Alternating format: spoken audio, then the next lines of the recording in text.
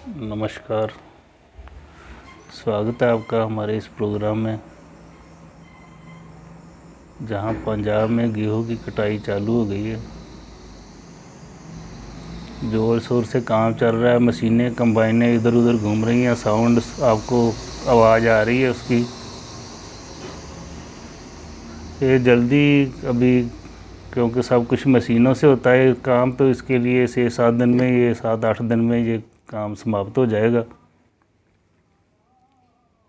और मंडियों की हालत कुछ इतनी अच्छी नहीं है। सरकारी ख़रीद कुछ सरकार इतना ध्यान नहीं दे रही उस तरफ, ख़ास करके सेंट्रल गवर्नमेंट। फिर भी चल रहा है, थोड़ा थोड़ा काम शुरू हो चुका है। तो आज की बात पे आते हैं। 4 ढेरियाँ। गहरी बात। एक राजे के घर में कोई औलाद नहीं थी। उसने जोशी बुलाए। जोशियों ने कहा कि जग करो, औलाद हो जाएगी। जग करवाए पर औलाद नहीं हुई। फिर पूछा गया, उन्होंने कहा कि किसी माँ प्यो का इकलौता बेटा हो तो उसकी खुशी से वो आपको दें और उस लड़के की बलि दी जाए तो आपको औलाद हो सकती है। राजे ने अपने राज्य में ऐलान करवा दिया कि जो अपना इकलौता पुत्र बलि के लिए अपनी खुशी से देगा तो मैं उसे मुंह मांगा धन दौलत दूंगा अपने खजाने से। तो एक गरीब परिवार था, उनका एक लड़का था। वो लड़का जैसे साधु किस्म के लोग होते हैं, गैर गंभीर, अपने आप में जुड़े हुए, वो हमेशा जहाँ बैठाए बैठा रहता था। कुछ उसका इधर उधर कुछ ध्यान नहीं था, तो वो लोगों ने उसका नाम भी जड़ रखा हुआ था। जड़ जानी बिल्कुल बेजान जैसी चीज़, कोई किसी को कह दे तो जैसे जड़ बुद्धि बोल देते हैं। वो हमेशा अपनी सोचों में ही लीन रहता था। उन्हें क्या मालूम कि वो क्या सोचता था। लेकिन उन्होंने ये सोचा कि ये हमारे किसी काम का तो है नहीं, ये कुछ करने वाला तो है नहीं आने वाले समय में भी, तो क्यों ना इसको ही दे के राजा से बहुत सारा धन प्राप्त कर लें। तो उन्होंने उस अपने बेटे को राजा के आगे धन के लिए दे दिया। लड़के को स्नान करवाने के लिए दरिया पे ले जाया गया, उसकी बलि देने के लिए। लड़के ने वापस आते समय दरिया की मिट्टी से 4 ढेरियाँ बनाई। 3 ढेरियों को माथा टेका और उन्हें अपना पाँव मार के ढा दिया। चौथी ढेरी को सलाम किया, उसको नमस्कार किया और चल पड़ा। सिपाहियों ने ये सारी बात राजा को बताई। राजा ने इसका मतलब पूछा, क्योंकि राजा भी तो राजा था, वो दूर तक सोचने वाला था। तो राजा ने सोचा कि ये इसमें कुछ राज की बात है।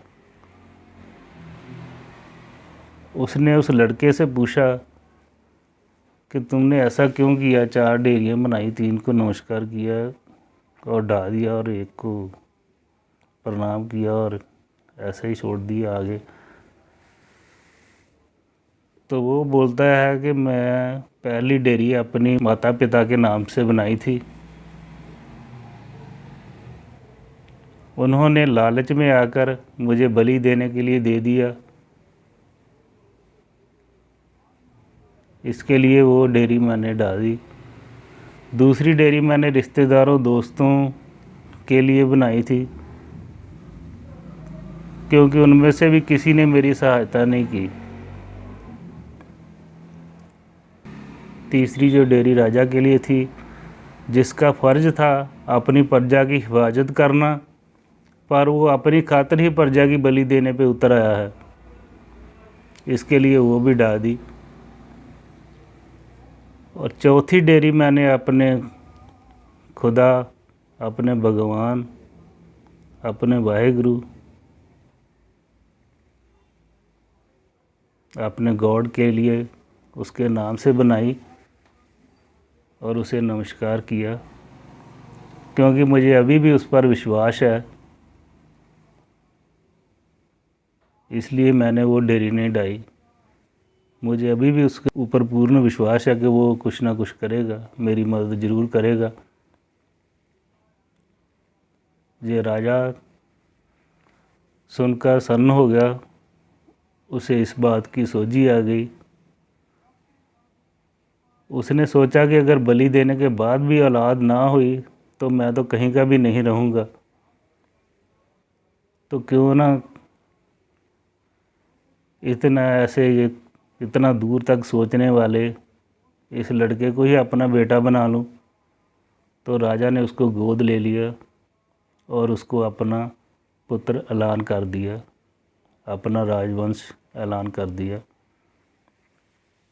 आगे जाके उसने लंबा समय तक राज किया।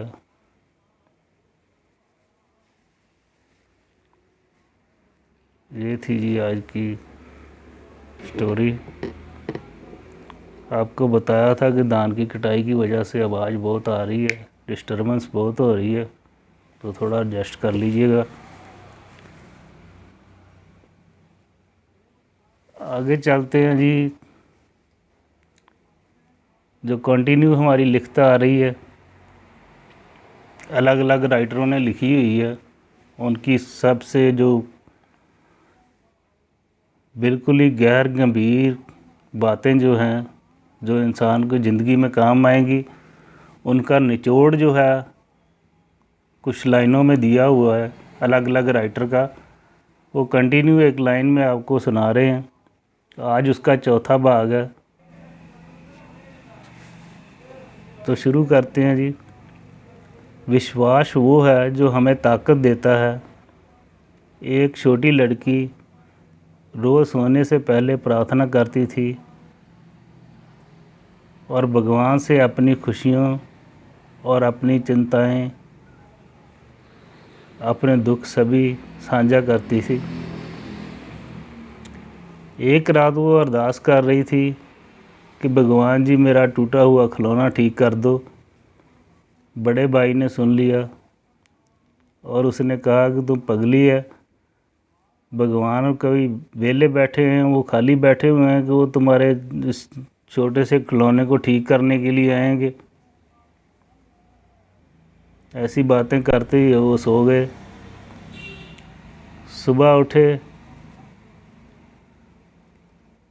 और भाई ने बहन को छेड़ते हुए बोला कि देखो भगवान ने कुछ किया कि नहीं, उसने बनाया तुम्हारा खिलौना। तो बहन ने पूरे विश्वास के साथ उसे कहा कि हाँ, भगवान ने मेरी अरदास मान ली थी और रात को वो मेरे स्वप्न में आए। मेरा टूटा हुआ खिलौना उनके हाथ में था। उन्होंने कहा कि अब तुम इन खिलौनों को छोड़ दे, अब तुम बड़ी हो चुकी हो। ये थी जी विश्वास की बात, जो उस लड़की का दृढ़ विश्वास था और उसको जो जवाब चाहिए था उससे भी आगे का जवाब मिल गया। उसकी बहुत छोटी सी मांग थी, लेकिन वो बहुत आगे तक पहुंच गई अपनी छोटी सी मांग को लेके। हमारा छोटा सा चैनल शुरू किया जी कायनात, कृपया उसे ज़्यादा से ज़्यादा लाइक शेयर करें। धन्यवाद, नमस्कार।